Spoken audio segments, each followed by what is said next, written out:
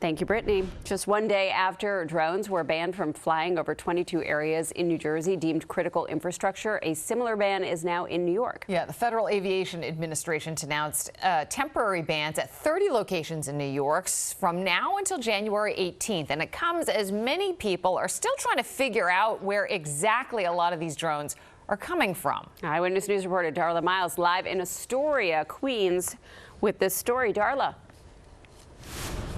Well, Lauren and Liz, this substation here in Astoria, Queens is one of those 30 critical infrastructure locations identified by the FAA where there will now be a temporary flight restriction. And this is where, if this happens, it's effective today, and if this happens, any drone activity detected in this area will be subject to any administrative penalty, or it can be shot down with deadly force if deemed an imminent threat.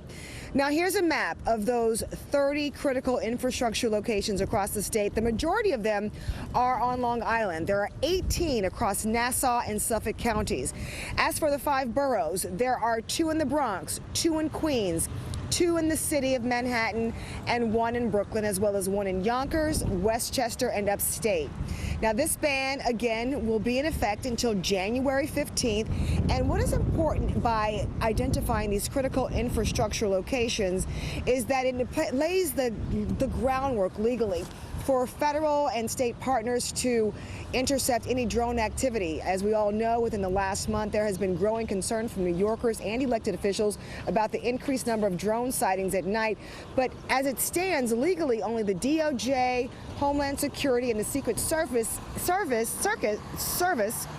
sorry, it's pretty cold out here, can legally intercept these drones. But our own Bill Ritter sat down with Governor Hochul this morning to discuss this very issue. Places like Times Square, City Hall, the Capitol, give me the power as governor to say that's restricted airspace. I don't want drones over that space because I don't know whether they're there for good or for bad. And I don't want to find out they're for bad and we didn't do something about it. Are you in favor of shooting them down? Some people say that's what we should do. They should be brought down if they are a threat. Absolutely.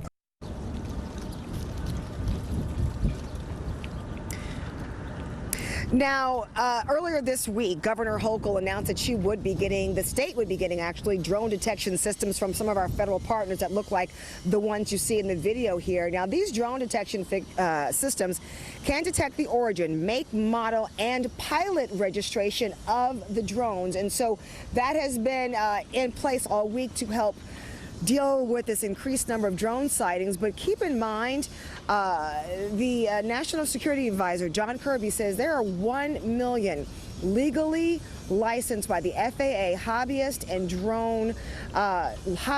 and commercial drone licenses. So that's why at this point they don't believe any of this activity is nefarious. But again, this is a first step into identifying what's going on with all these drones at night.